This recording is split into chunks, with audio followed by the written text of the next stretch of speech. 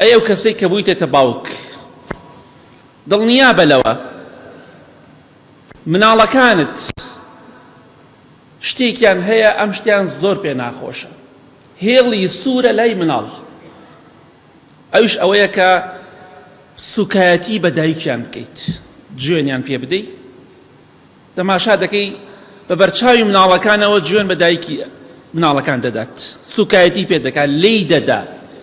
ئەم مەسەلەیە پێویستە ئاگاداری ئەو خاڵە بین وەکو باوکێک، چونکە عەزێتدانی دایک لای منداڵ هێڵی سوورە.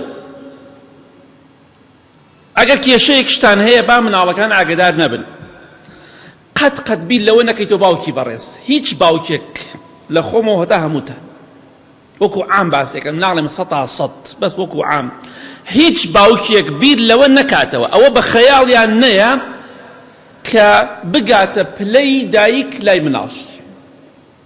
دایک پلەپایەکی هەیە هیچ باوکێک دەگمەنە پێی بگات، چونکە بەڕاستی ئەوەی کە منداڵ دایکی پێی دەڵێ و پێی دەکات ڕبعێکەوە لە باوکی قبول ناکات.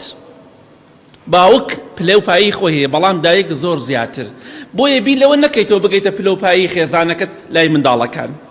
ڕاستەکەی باوکی، بەڵام دایک لای منداڵ تایبەتە، بۆیە سوکایەتی کردن بە کەسێک کە تایبەتە لای منداڵ هێڵی سوورە.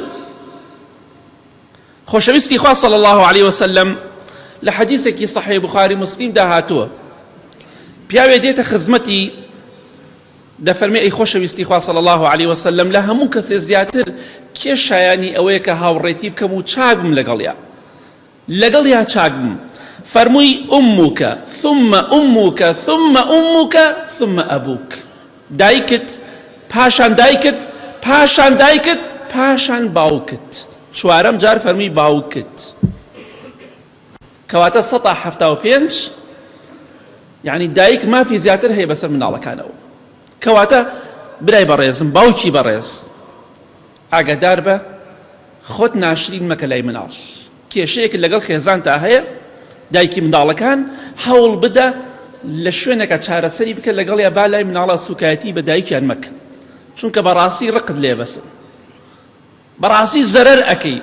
ئەمە خاڵێک تریش لەو خاڵانەی کە مشکلەیە، چونکە ئەگەر تۆ سوکایەتیت بە دایک کرد، دایکی منداڵەکان، سوکایەتی بە کەسێک دەکەی کە بە خێوکەری مناڵەکانتە، لەوانەیە بەیانی مناڵەکانیشت هەمان ڕەفتاری تۆ بگرن.